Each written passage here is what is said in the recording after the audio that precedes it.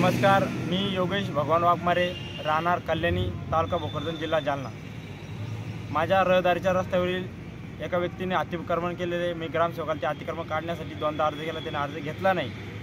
तो काय पैशाच्या मागण्या करतो, तो इथं आल्यावर काही भेटत नाही। करून काय मी तरी करू तरी काय, मी फार परेशान झालो त्याच्याचं। काल साहेबांनी मला अर्ज दिला बी, पण ग्रामसेवक इथं आला नाही। मला नंबर 8 लागतो, मला चतुर्थीमा तुम्हाला काहीच देऊन नाही राहिलं, त्याचं काम इथे येऊन द्यायचं। मी असं नको झालेलं। विनंती करून सांगतो की ग्रामसेवकांनी इथे यावा, मला नंबर 8 द्या, चतुर्थीमा द्या आणि मला माहितीशीर कारवाई करावं। मी माझे 2 शब्द सांगतो।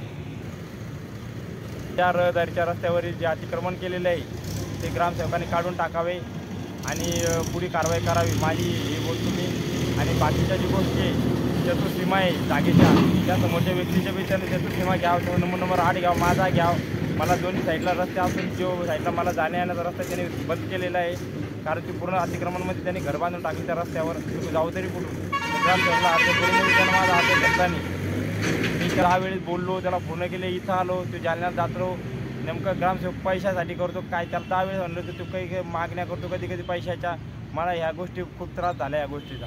असून बी मी इथं बसलेलो असून मला काहीच हे नाही केलं आहे। मी अधिकारी श्री SR सपकाळ कल्याणी मोजे कल्याणी येथील उपोषण बसलेले त्यांना म्हणणे की गावातील अतिक्रमण संदर्भात ते उपोषण बसलेले अतिक्रमण काढण्यात यावे, परंतु आम्ही मोजे कल्याणी येथे जाऊन विस्तार अधिकारी PW सोनवणे साहेब व मी व सहाय्यक गट विकास अधिकारी श्री पाकरे साहेब हे स्वतः स्पॉट पंचनामा करून आलेले आहे आणि निदर्शनात असे आलेले आहे की संबंधित तक्रारदाराचे 20/45 मूळ रेकॉर्ड असून व त्याच्या व्यतिरिक्त संबंधितांनी 84/52 एवढे अतिक्रमण केलेले आहे। त्याच्यामुळे संबंधिताचेच अगोदर अतिक्रमण काढण्यात येईल, बाकीचं नंतर काढण्यात येईल आणि संबंधितच मी 2 दिवसात सर्वांना नोटीस देणार आहे अतिक्रमण काढण्याची।